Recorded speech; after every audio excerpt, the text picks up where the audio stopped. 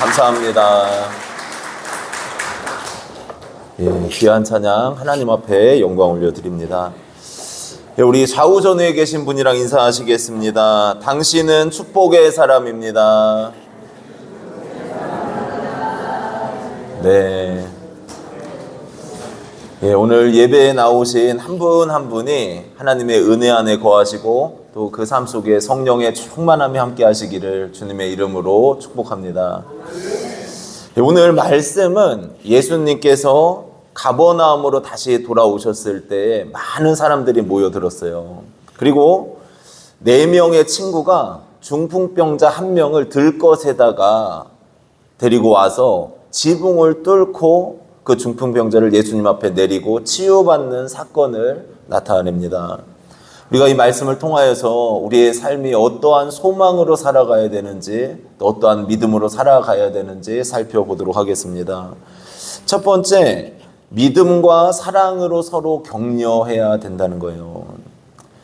인생을 살면서 우리가 즐거울 때도 있고 또 행복할 때도 있지만 고난과 어려움에 빠지는 순간들이 있습니다. 근데 이 고난과 어려움의 터널을 걸어갈 때 누군가가 나를 따뜻하게 격려해주고 위로해준다. 누군가가 내 곁에서 나를 위해 기도해주고 은혜를 나눈다. 그러면은 우리의 삶 속에 새로운 소망이 생겨나고 새 힘을 얻게 됩니다. 제가 이원교회에서 전도사로 사역을 할 때 하은이라는 꼬마 아이가 있었습니다.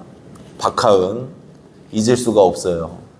근데 이 아이가 어느 날 저한테 와서 그럽니다. 전도사님, 안경 한번 벗어보세요. 그래서 벗으라 그러면 벗어야 돼요, 말아야 돼요? 애기가 벗으라 그래서 이렇게 딱 벗었습니다. 그랬더니 하은이가 저한테 그래요. 전도사님 못생겼다. 이 한마디를 하는 겁니다. 얼마나 마음이 아팠는지. 그 어린 아이의 말 한마디인데 제가 자는 방, 지금 재정부 그 방 화장실에 들어갔어요. 그래가지고 안경을 벗었다 꼈다 벗었다 꼈다 하면서 이 얼굴이 잘생긴 건가 못생긴 건가? 여러분, 근데 정말 그래요. 우리의 말 한마디가 다른 사람을 살리기도 하고 죽이기도 합니다. 한 달에 한 번 교회에서 이제 국수를 끓이잖아요. 국수 그릇 70개를 이제 이중 스텐 그릇으로 샀습니다. 근데 스텐 그릇은 그냥 쓰면 됩니까? 안 됩니까? 여성분들. 여성교회 회장님, 쓰면 돼요? 안 돼요?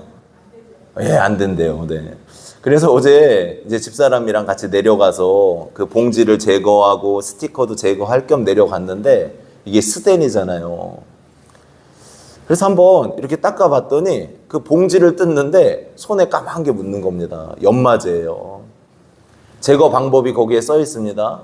식용유를 먼저 묻혀서 깨끗하게 한번 닦아내고 그런 다음에 베이킹 소다를 물에 타가지고 한번 닦아내고 또 퐁퐁으로 닦아내래요.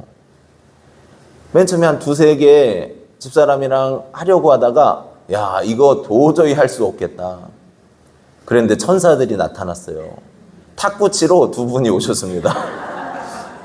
네, 김홍근 집사님이랑 이윤길 성도님이 오신, 절대 얘기하지 말라 그러셨는데 저는 얘기해요. 자, 2분이 오신 거예요. 탁구 치려다가 그래도 인사는 해야겠다 해가지고 이제 인사하라고 왔는데 이거 퐁퐁을 이러고 있으니까 뭐 하냐고 물어보시더니 2분이 단숨에 고무장갑을 다 끼십니다. 그리고 같이 식용유를 범벅으로 한번 싹 닦아내기 시작을 했어요. 김홍근 집사님이 설거지 고수시거든요.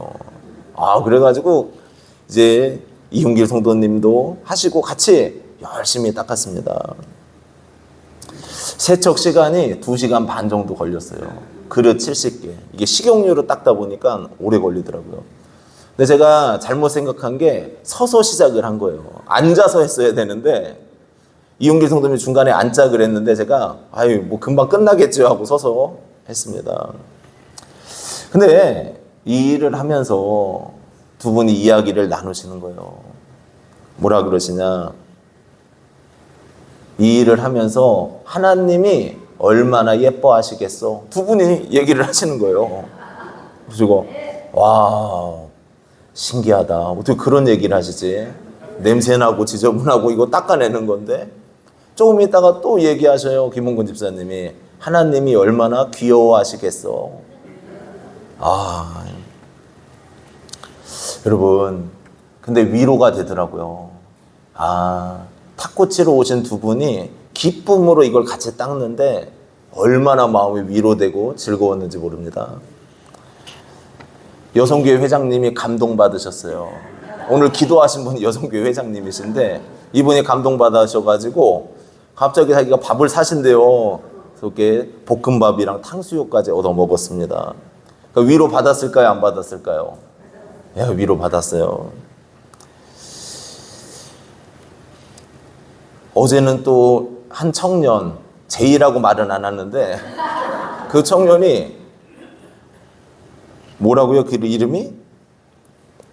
두쫑쿠야? 두쫑쿠. 한 번도 전 들어본 적 있으세요? 김성호 권사님? 두쫑쿠. 들어봤어요. 네. 두바이 쫀드 쿠키래요. 네, 두바이. 근데 그거를 포장을 해왔어요. 또 위로를 받았어요. 아, 왜 이렇게 위로를, 제가 뭐 힘든가요? 왜 이렇게 위로를 받죠?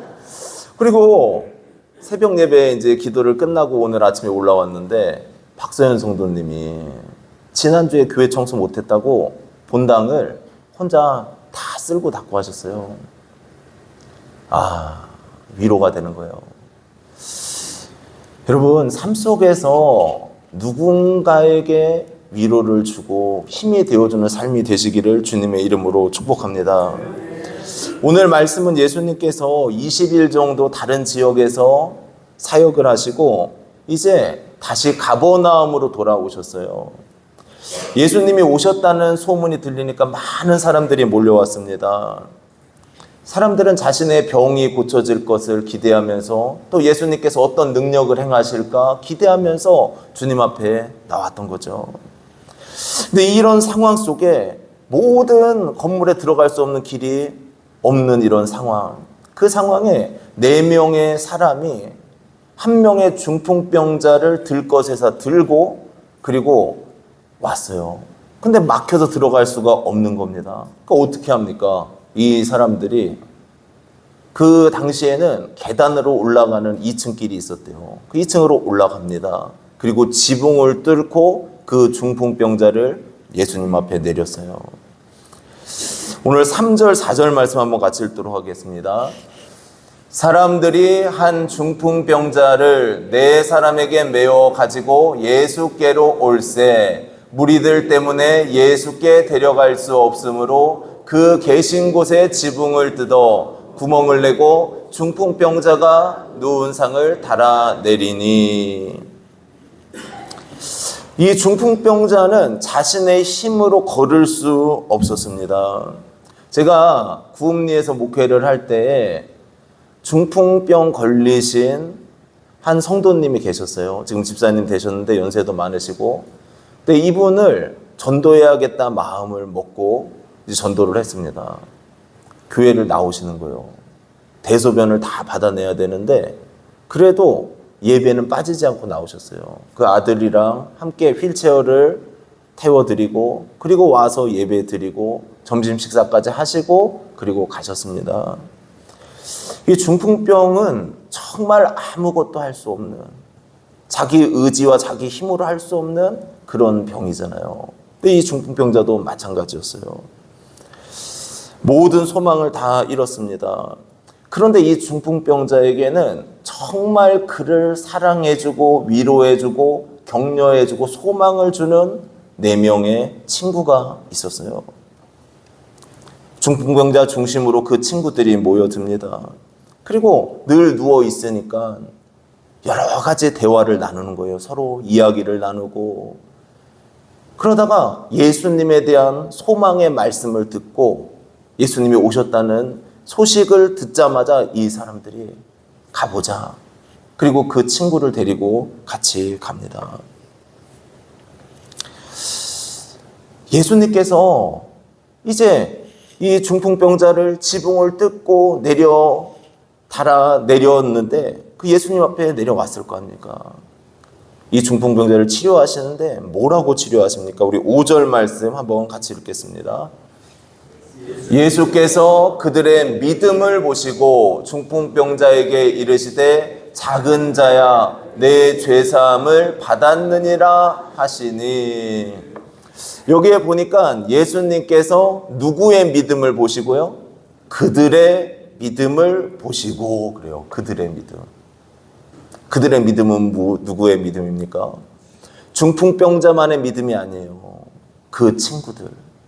언제나 함께 만나서 이 중풍병자에게 함께 위로해주고 격려해주고 소망을 주고 믿음의 말을 해줬던 그 친구들의 믿음, 그들의 믿음을 보시고 예수님께서 능력을 행하신 줄로 믿습니다. 우리의 삶 속에서도 언제든지 누군가에게 위로의 말을 하시기를 주님의 이름으로 축복합니다. 이 부활의 김태원 씨를 잘 아실 거예요. 국민 할배라고 합니다. 1965년생인데 지금 61세죠. 86년도에 데뷔를 했는데 LP판이 200만 장이 팔렸대요, 그 당시에.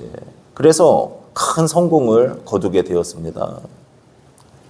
젊은 나이에 성공해서 그런지 87년도에 마약 사건에 걸리고 말아요. 그래서 이제 살다가 나왔습니다. 인생이 다 끝난 것처럼 생각이 들었어요. 그때 이 김재기라는 청년을 만나게 되었는데 이 김재기 청년이 형님, 잃어버린 명예를 내가 찾아드릴 테니까 저에게 가난을 좀 이기게 해주세요. 이렇게 이야기를 해요. 그리고 나서 사랑할수록이라는 노래가 나왔습니다. 근데 또 얼마 못 가서 쓰러지고 말아요. 그때 이승철이 다시 한번 해보자고 옆에서 위로하고 이야기합니다. 그래서 나온 노래가 네버엔딩 스토리. 다 아시죠? 지인이 알아요? 지인이가 안다고요? 야, 이상합니다. 지인이가 알 수는 없는 노래인데, 네, 자, 나중에 테스트 해보겠습니다. 네, 자, 그 노래가 나왔어요. 근데 또 세 번째 또 넘어져요.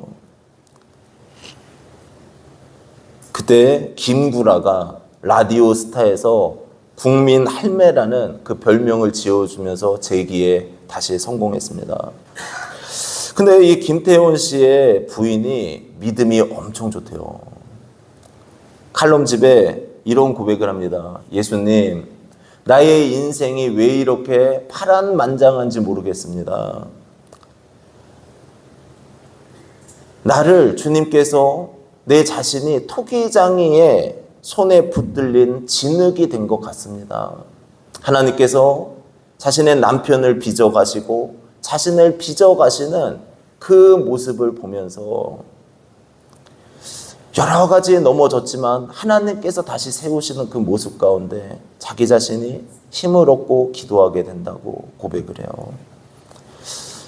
여러분, 한 인생이 넘어지고 무너질 것 같았지만 그 주변에 그를 세워주는 사람, 위로해주는 사람, 소망을 주는 사람이 있기에 그 사람이 일어설 수 있죠. 고린도서 1장 4절에는 이렇게 말씀을 합니다. 같이 읽습니다. 우리의 모든 환난 중에서 우리를 위로하사 우리로 하여금 하나님께 받는 위로로서 모든 환난 중에 있는 자들을 능히 위로하게 하시는 이시로다. 아멘. 성도에게는 하나님의 위로가 있다는 것입니다. 성도에게는 하나님께서 우리를 도우시고 인도하시고 이끌어 가시며 우리의 삶 속에 고난과 환난이 있어도 그 환난 속에 우리를 이기게 하시고 승리케 하시는 위로가 있을 줄로 믿습니다. 우리는 하나님의 사랑으로서 위로를 받고 이겨내고 우리는 하나님께서 나의 인생을 도우시고 붙들어 주시는 그 은혜로서 이겨냅니다. 내가 내 힘으로 살아가는 것 같지만 하나님께서 나를 붙들어 주시고 나를 이끌어 주실 때 여러분, 그 하나님의 선한 손길이 나를 붙들고 있을 때 얼마나 큰 힘을 얻게 되는지 몰라요. 언제든지 하나님의 위로를 기대하시기를 주님의 이름으로 축복합니다. 그리고 여기에 보니까 하나님께 받는 위로로서 모든 환난 중에 있는 자들을 능히 위로하게 하시는 이시로다 그래요. 내가 위로 받았어요. 그러면은 나는 그 위로를 가지고 환난 중에 있는 사람을 위로하며 살라는 거예요. 아시겠습니까? 저나 여러분의 삶 속에 이런 위로자가 되시기를 주님의 이름으로 축복합니다. 우리 한번 인사해 보세요. 당신 정말 아름다워요. 한번 해보세요.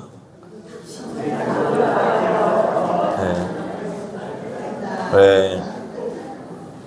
어떻게 위로가 좀 되십니까? 네, 위로 되시죠? 그럼 좀 복된 말, 덕스러운 말, 은혜로운 말을 하시기를 주님의 이름으로 축복합니다. 그리고 두 번째, 죄 용서의 은혜를 믿어야 된다는 거예요. 예수님 앞에 이제 지붕에서 내려온 중풍병자가 있습니다. 예수님께서 이 중풍병자를 고치실 때 그들의 믿음을 보시고 고치셨는데, 예수님께서 고치시는 방법이 무엇인가? 우리 5절 다시 한번 읽도록 하겠습니다. 예수께서 그들의 믿음을 보시고 중풍병자에게 이르시되 작은 자야 내 죄 사함을 받았느니라 하시니. 아멘. 예수님께서 중풍병아 떠나가라 말씀하시지 않으셔요. 중풍병자야 일어나라 말씀하시지 않으십니다. 작은 자야 내 죄사함을 받았느니라 이렇게 말씀을 하셔요. 이 작은 자라는 표현은 원어적으로 보면은 어린 아이를 뜻합니다. 이 중풍병자를 다루시는데 예수님께서 어린아이의 모습으로 다루시는 거예요. 그러면 저는 그런 생각이 들었어요. 우리가 하나님 앞에 기도하고 하나님의 은혜를 구하면서 나아갈 때 하나님이 나를 보실 때 누구처럼 대하실까? 어린아이처럼 대하신다는 거예요. 어린아이. 여러분, 지금 우리 교회에서 제일 연세 많으신 분이 원옥식 집사님이죠. 원옥식 집사님 몇 살이시죠? 예? 29 누구세요? 29, 95이세요. 95. 우리가 볼 때는 원옥식 집사님이 와, 연세 많다. 90 몇 세셔. 80 몇 세서 이렇게 생각을 하지만 예수님이 보실 때, 하나님이 보실 때는 작은 자요 그러신대요. 작은 자요. 어린아이처럼 대우하시는 겁니다. 어린아이가 하나님 앞에 매달리고 기도해요. 하나님이 그 소리 가운데 위로해 주시고 하나님의 은혜를 부으시고 역사해 주실 줄로 믿습니다. 근데 주님이 고치시는 방법이 뭡니까? 그 다음에 작은 자야 내 죄사함을 받았느니라 그래요. 이 중풍병자의 죄를 용서해 주십니다. 이 이야기를 들은 서기관들은 마음에 들지 않는 거예요. 아니, 그냥 일어나 걸어라. 아니면 기도해서 고쳐주든가. 그렇게 끝내야지. 어떻게 죄까지 용서하냐는 거예요. 이것은 신성모독이다. 하나님을 모독하는 것이다 이야기합니다.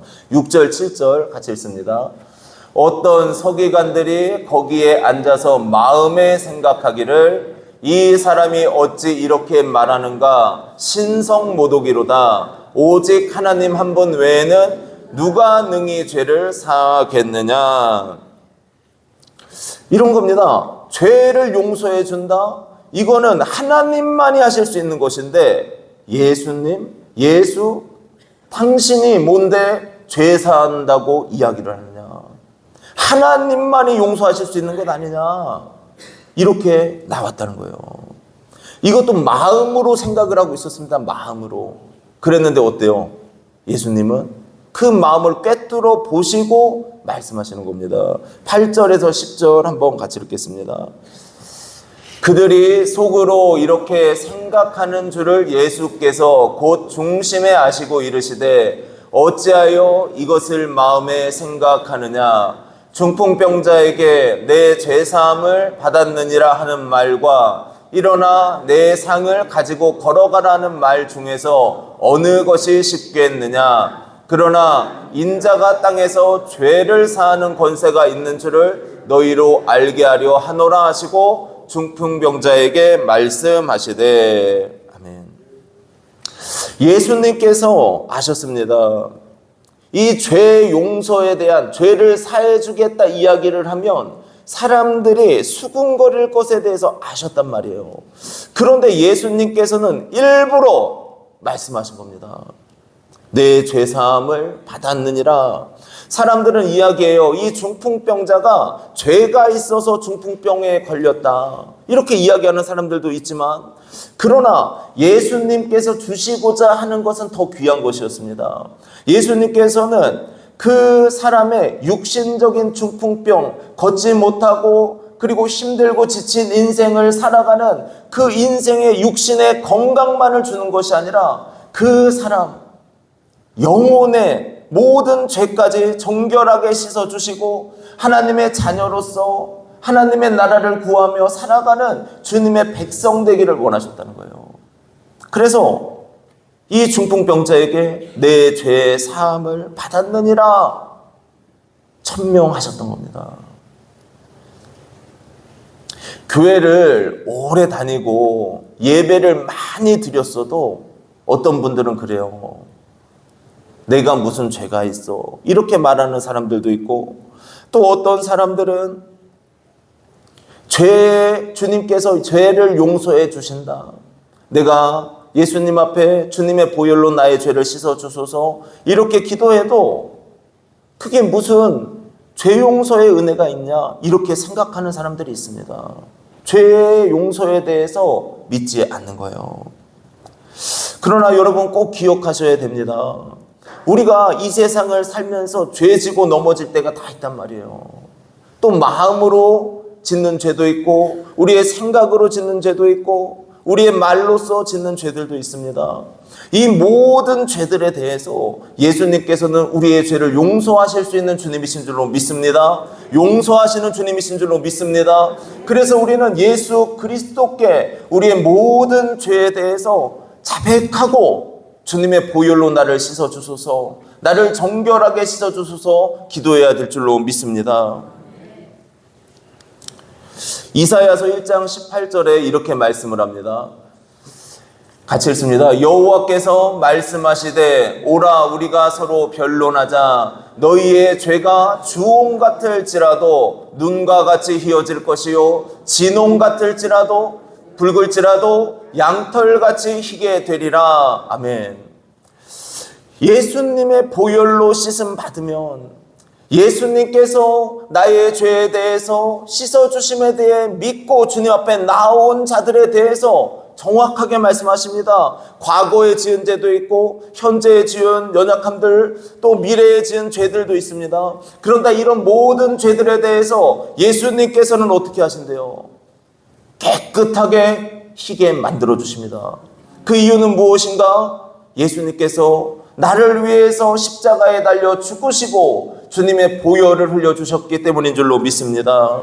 그래서 깨끗한 거예요. 그럼 목사인 저라고 해서 죄가 없겠습니까?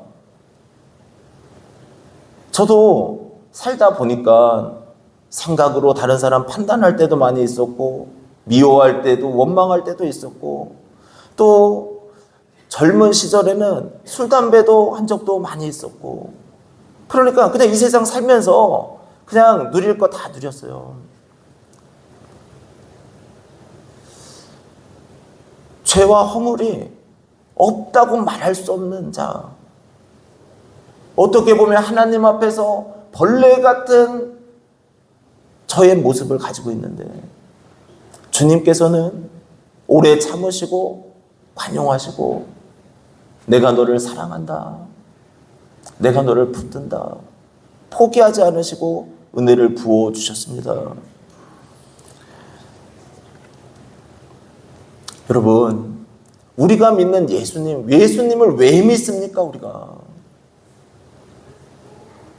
죄 용서라는 것은 거기에서 끝나는 것이 아니에요.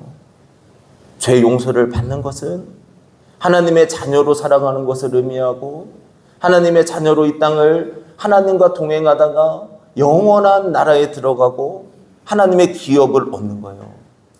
이 중풍병자에게 예수님이 주시고자 했던 것은 바로 이 영원한 나라요, 영원한 생명인 줄로 믿습니다. 그래서 우리가 이 믿음을 가지시고 언제든지 여러분 넘어져도 돼요. 쓰러져도 돼요. 죄 짓고 또 넘어질 때도 있는 거예요, 인생은. 그러나 그때마다 주님 보혈로 나를 씻어주소서. 안 나오는 게 문제지 예수님 보혈은 언제나 효험이 될 줄로 믿습니다. 베드로가 예수님께 나와서 묻죠. 예수님, 형제가 나에게 잘못하면 몇 번이나 용서해 줄까요? 7번 하리이까?